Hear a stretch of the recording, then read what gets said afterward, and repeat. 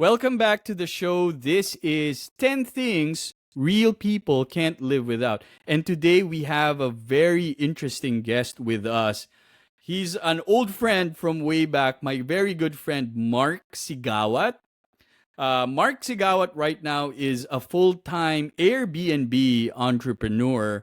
But I knew him from like long, long ago when we were deep in the trenches of digital marketing in the Philippines. And he was actually one of my first guests. Yeah, exactly. One of my first guests in the, long time ago podcast that I started back in Manila. Mark, I'll let you introduce yourself to our millions of viewers out there. Hello, everyone. To the million and one of you, it's nice to meet you. I'm Mark. As Ricky said, I'm an Airbnb host, full time host. That's really what I've been doing since 2018, full time. I actually started doing Airbnb around 2015 on the side as a side gig. And then when it was growing and friends were asking me to monetize their investments doing Airbnb, I jumped on it full time. And that's what I've been doing since. Now my side gig is I'm also a YouTuber. So I it's a general lifestyle channel, but mainly I focus on business and personal finance, especially in the context of the Philippines, wherein of course the investment options aren't as many as would be in the more developed world. But basically that's what I'm doing now. I'm an Airbnb host and a micro YouTuber, I'd like to say. No, that's a great way of putting Yeah. it. And of course, Mark will link the URL of your YouTube Yes. channel in the description below. Just a quick Mhm. question, Mark, before we go into your top 10. How many properties are you managing right now for Airbnb?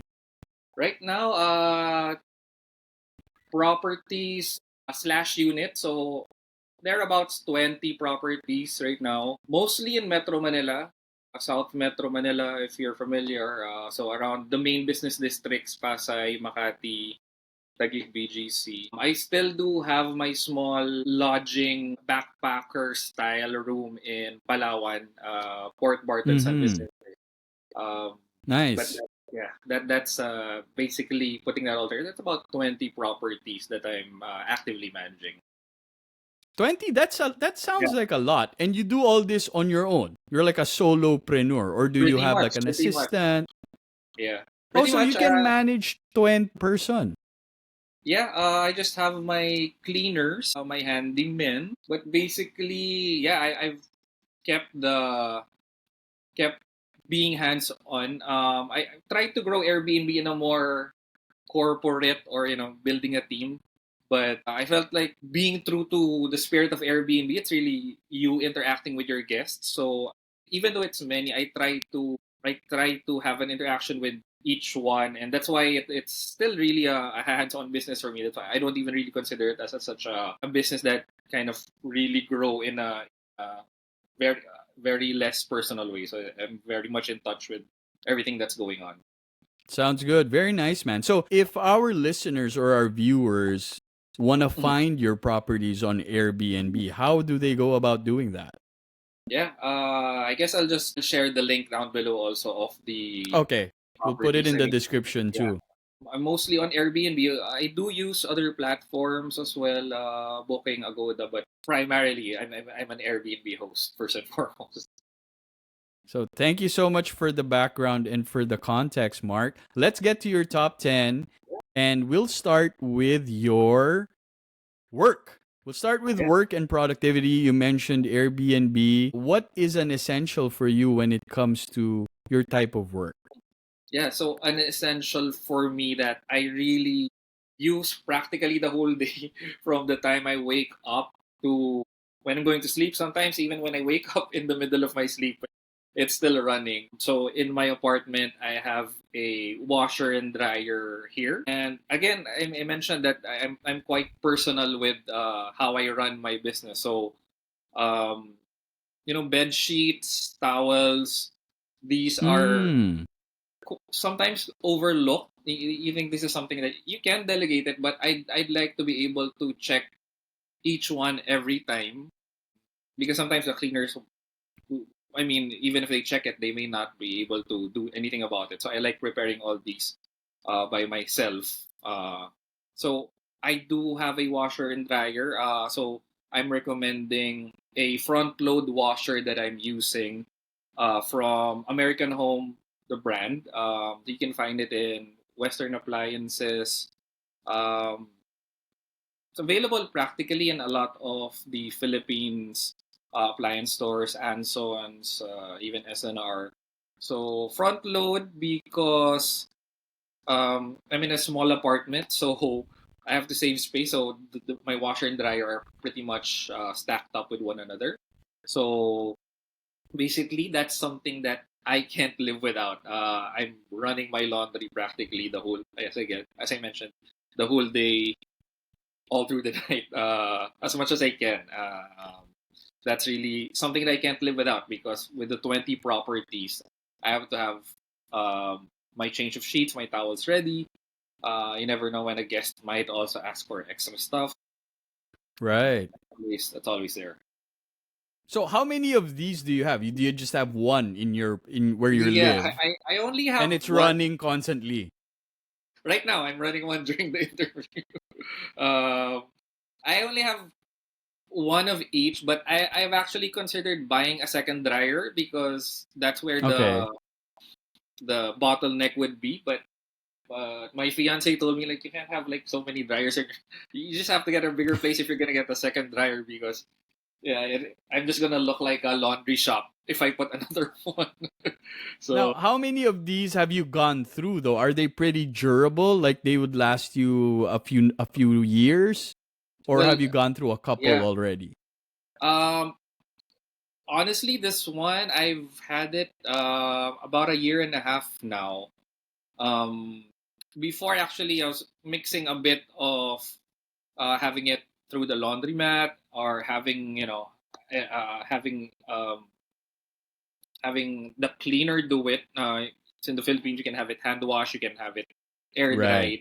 But it's only about a year and a half, 2 years ago when I started streamlining it, and I saw it's better to just do it myself, not having to go through the hassle of you know people turnover, people management. I can just do it in my own apartment. So this one is pretty durable. It knock on wood, it hasn't broken down, but that's pretty good for something that's Nice. running practically, I would say, 16 hours a day. Right. And it's I'm pretty impressed since this one actually came for both. I spent a little over 30,000 pesos, so that's just a little over $500. Six So hundred really, dollars. Yeah, less yeah, than $1,000. yeah, that's a great bargain. And I didn't even really buy an industrial one because those things are really expensive. So Yeah. I'm putting industrial use to something that is just for a home consumer. So pretty good. I could say I'm pretty satisfied. Nice. Now let's move on to food and drink, Mark. Mhm. What's someone like you when it comes to food? You can't live without. Like you gotta have it on a regular basis. Maybe it's once a month, maybe it's once a week. Mhm. What is that particular food item or cuisine or restaurant that Yeah, you absolutely must have on a regular basis? yeah. Uh, to be honest, I love food. There's so much out there, and I make sure I'm out at least once a week. But the thing that I can't live without, and I try to have once a week. I'd have it more if it was only healthy to do so, if my body could take it. But just like with other guys out there, I like to have a good steak.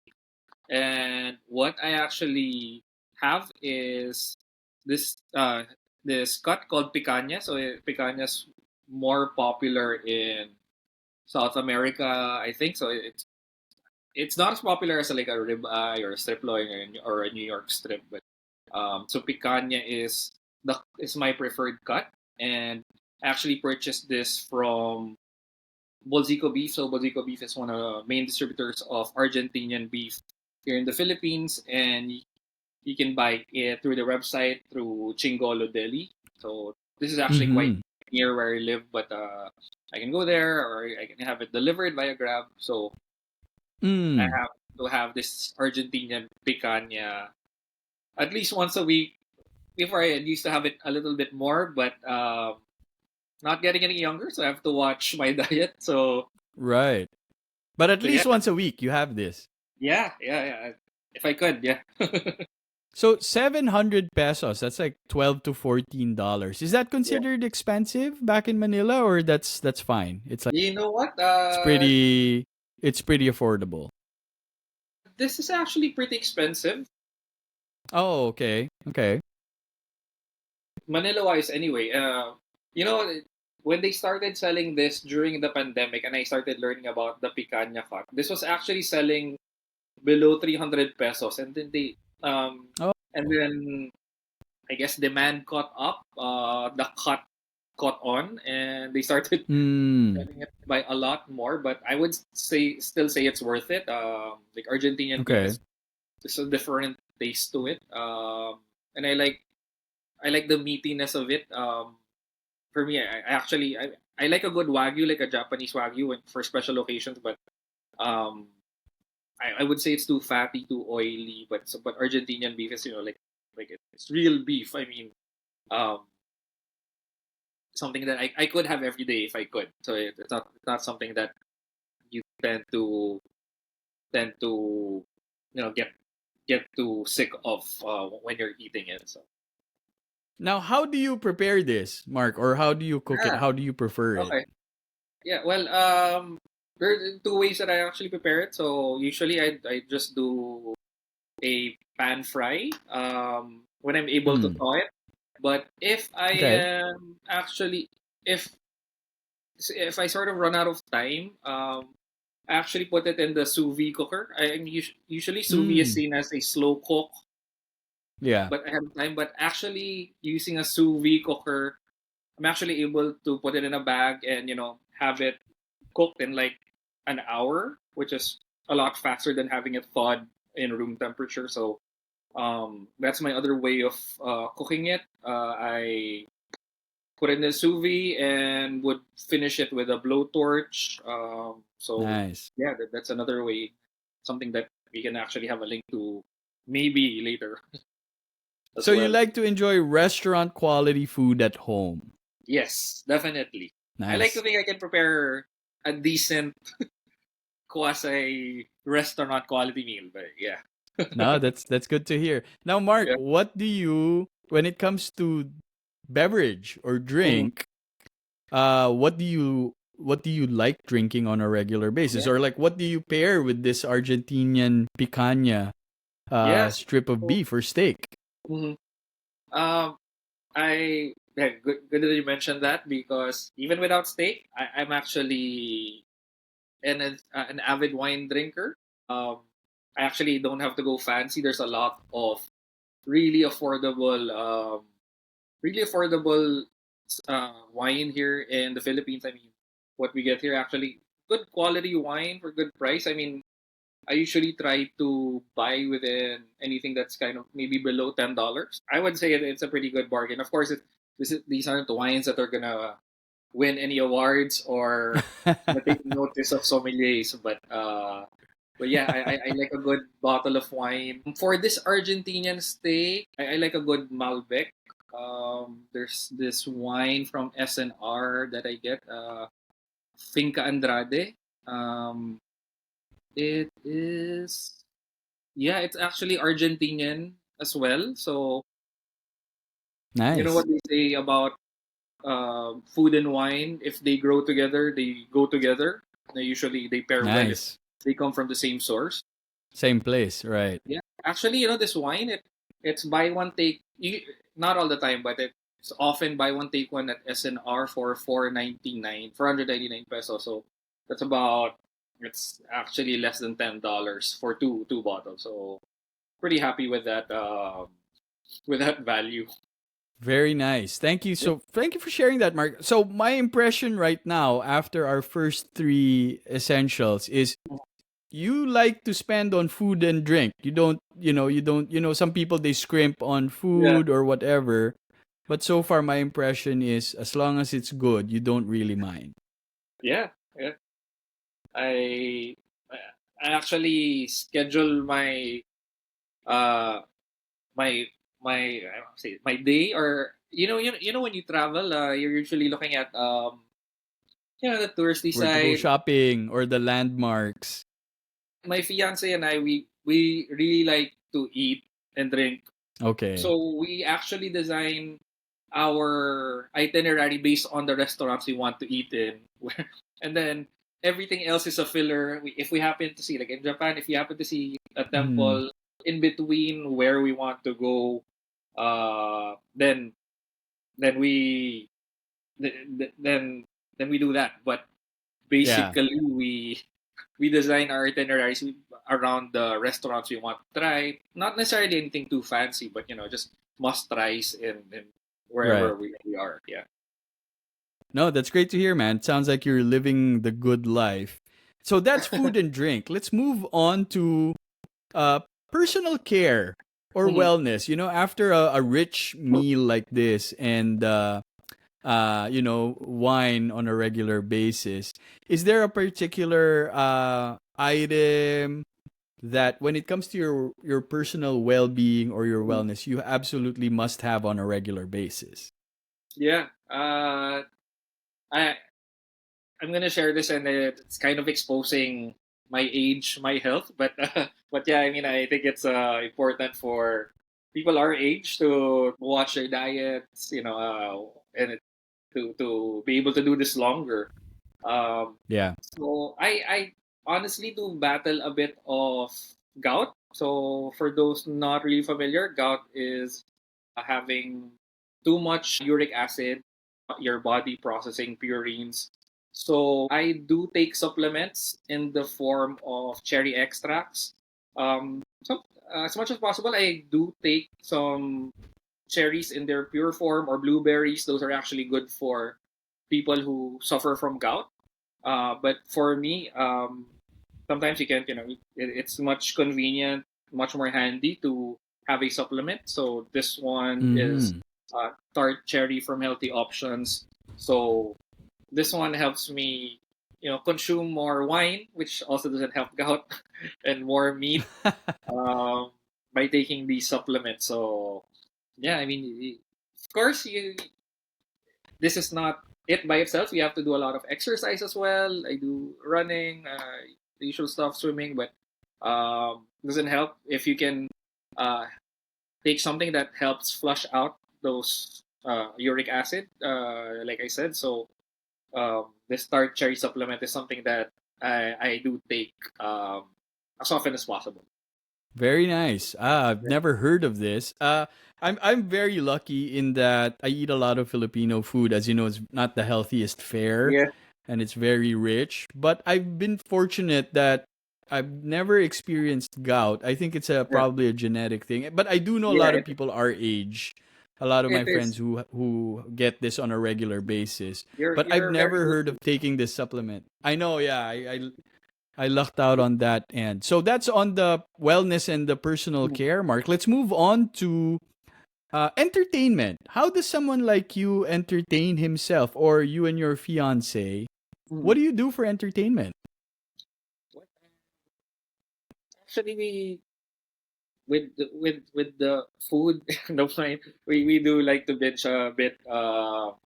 We do like to watch a lot of the subscription services. I subscribe to a lot of them. I mean, the usual suspects: Netflix, HBO Max, Disney Plus. What I actually use for entertainment is I use a streaming stick. I don't know if it's too popular in the US, but the brand that I use is Xiaomi. So I use the streaming stick called Mi TV stick. So it's very similar to like an Amazon Fire Stick, except Mm-hmm. that when this wasn't available before, I'd use an Amazon Fire Stick, I'd use a Roku, but those things tend to be more geographically designed for the US market, Mm, Europe. right. Um, Xiaomi, the Mi brand being made in China. So the options, the updates tend to be more in sync with the local market. So this is what I personally use. This is where I do a lot of my binge watching. I'm able to Mm-hmm. use it for old TVs as well. I mean, yeah, I'm able to use it in my old TVs, and I'm also able to update old TVs in my Airbnb since streaming is Mm. practically a requirement now. When I got started on Airbnb, like 2015, 2016, people weren't really streaming at that time. Not yet. Netflix was Yeah, not yet. not yet. Yeah, not yet. So, but now, Airbnb, yes, would even complain when there's no streaming device, when there's no Netflix account. So, um, yeah, that's another story for a different day. But yeah, I mean, I do use the TV stick for a lot of my units as well. Again, to be able to modernize older TVs. And yeah, it's a good value. You can buy it in any of the popular e-commerce sites, Shopee, Lazada. It Mm-hmm. retails for under 2,000 pesos, so it's quite good. Stable software. You get to download a bunch of the different types of apps also, so it's pretty open. So pretty good value as well. Nice. So moving on to from entertainment, let's Mm, move to clothing and mm, footwear, Mark. yeah, Obviously, you're very busy. You got to go yeah. around and go to your properties and manage them. Uh, what do you like to wear? Something that's Mm, comfortable and functional. What's your go-to when it comes to clothes? yeah. So for me, since again I mentioned what I can't live without would be a washing machine. So I don't live a very I guess like not in a corporate environment. I don't have too many meetings Mm, anymore. I'm right, fortunately I am going in and out of condos every day. In parking. It's very right. hot in the Philippines. Temperatures of 90 to 100 100. degrees Fahrenheit. So that's practically the whole year, and sometimes it's gonna rain. Right. So it helps that if I can wear something that can withstand, the rain, me sweating. I do sweat a lot actually, so pretty common. I think here in the Philippines or even all over, they're dominating. But I can't live without my Uniqlo shirts, and usually these are the ones the Airism kind. I like these because actually I can even wear them out on a nice night out. The oversized look. I like that, and yeah, I mean it. They're not cotton. Like now, I'm using cotton. I'm at home, but um, the good thing about the Airism is yeah, it's able to take away your sweat or or getting wet, so it's able to dry much faster. Sometimes I do find myself with some time when I'm in the one of the condos and I would go to the gym, so I actually can use that in the gym as well. So it's quite versatile. So insofar as shirts go, pretty dependable. Uniqlo shirts, very affordable. You have them in many colors, and then going around, I dress very comfortably. Um, I've been a Nike boy through and through ever since, and just the regular white sneakers. I usually try to find them on sale, but I do like the classic Nikes, like the Air Force Ones, the at least the mid cut ones, the low cut ones, because Nice. Yeah. I can't buy the actual. Well, I don't want to wear the actual high cut ones, the ones that were originally issued. But basically, these mid cut Nikes are pretty versatile. I mean, that's my go to. If you see a bald guy in a Uniqlo shirt and Nike Air Force, it's probably me in and out of the condos. I swear, talking about Uniqlo, I swear by these Uniqlo Mm, Airism oversized ones as well, and I have them in every color. mm. I wanted to ask you, Mark. Remember when we had to either fly to Singapore or Hong Kong Yeah. to shop for Uniqlo when they Yeah, haven't opened their stores yet? When we happened to go to Hong Kong or Singapore, we would do a yeah. beeline towards the Uniqlo stores and buy a lot of our shirts Yeah. there. Remember during Late that time? 2000s. late Right. late Now they're everywhere. 2000. But there was a Yeah, time they were only in Singapore and Hong Kong, right? correct. Yeah, and yeah, and what surprised me, sometimes you still go through a random Uniqlo branch in when you're abroad out of habit. But Right, right. I'm surprised. I think the Philippines has probably the cheapest Uniqlo prices all over the world, if I'm not mistaken. Because they So have to adjust it to the yeah, markets, right? yeah, it's a lot more expensive if you go elsewhere. So I'm like, so this is the Philippines would be Uniqlo mecca. Right. They're pretty expensive here in the States. Yeah, So I yeah, know that's know correct. exactly what you mean.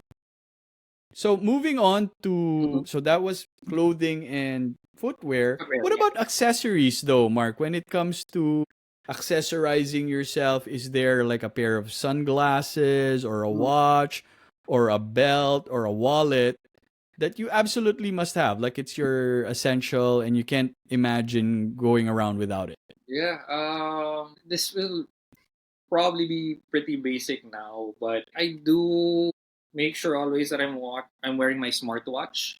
Um, going around the condos, I want to see how much steps I'm getting in. Am I meeting Mm, my step count? So again, I'm in and out of the condos, walking to the parking, bringing in and out of laundry and stuff, checking, talking to the cleaners for my Airbnbs.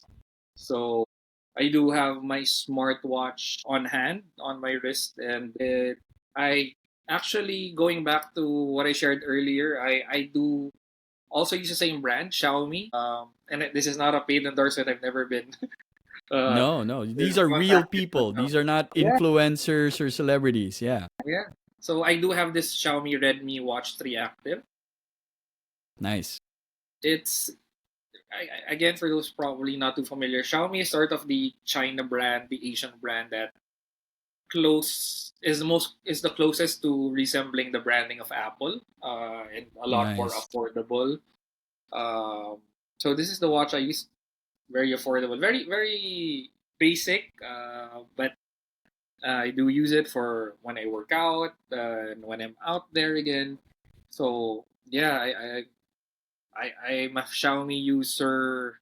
Even the phone, using a phone since 2017 also. So I'm quite a value hunter in that way. But it's coming out that you are a Xiaomi advocate or a Xiaomi Yeah, fan. You pretty swear much. by Yeah, this brand. yeah. Nice. I highly recommend it, and I guess I've built some brand affinity to it. Like sometimes like when I'm actually due for a new phone, like I want sometimes I want to try maybe a Huawei or one of those, but I'm kind of Mm, tied into the whole user interface of Xiaomi already. Very familiar. I think this is my third or fourth Xiaomi phone in the last 8 years, so there you I'm go. pretty much tied into the Their ecosystem. ecosystem. Yeah. Right, right. So So now, Mark, moving on to we were talking about Singapore and Hong Kong yeah. earlier. When it comes to travel, what's Mm, your go-to or your must-have or your travel essential? mm. Well, I, I guess when traveling, the main difference that you immediately feel would always be the change of temperature. So Mm-hmm. I like to have a light jacket on hand. And what is my usual look would be having a bomber jacket. So it's quite versatile. I mean, some usually in style. Sometimes it's not as in style, but it's pretty classic. That's pretty classic. Yeah. It won't be totally like like so out there. But Yeah. and the most recent bomber jacket that I bought is this one from Pen Shop. So Hmm. Pen Shop is around the local brands. Yeah. Very dependable, and it's a lot cheaper also than getting even I guess even compared to Uniqlo jackets. I mean, Uniqlo jackets are Yeah. already great value, but this one for me even better value, and I actually Wow. like um, Philippine brands for jackets, even when using locally or maybe even just traveling domestically, because um, the jackets that we have, if it's a local brand, like it's a lot thinner, so it's a lot Mm, in terms of using in the Philippines or when you go out. I mean, of course, you can, because you can always layer anyway. So right. yeah, I mean, I guess it's because you would know this coming from here in the Philippines. Um, Sometimes it's too cold when it's raining. It gets too cold for for for for not going out there without a jacket. But Mm-hmm. when you put on a jacket, it becomes too hot. So um, so having a light jacket that is, that is more built for our climate is, makes a lot of sense to me. And again, that's why it's better value as well. So Nice. So shout out to Pen Shop, a Filipino brand that's been around for decades. yeah, Nice. yeah, I still I actually like looking into the Filipino brands still, and they can they can still give a good um still can give Value a good for money. bang for buck, Yeah. even Nice. even in amidst all the foreign brands that are Yeah. in fast fashion and just dominating the world. Right. No, that's great to hear, man. We've come to the last Mm-hmm. part of the 10 essentials, which is education or self development. What does someone like you, Mark, what do you go to in terms of educating yourself or Mm-hmm. updating yourself with what's going on out there? Yeah.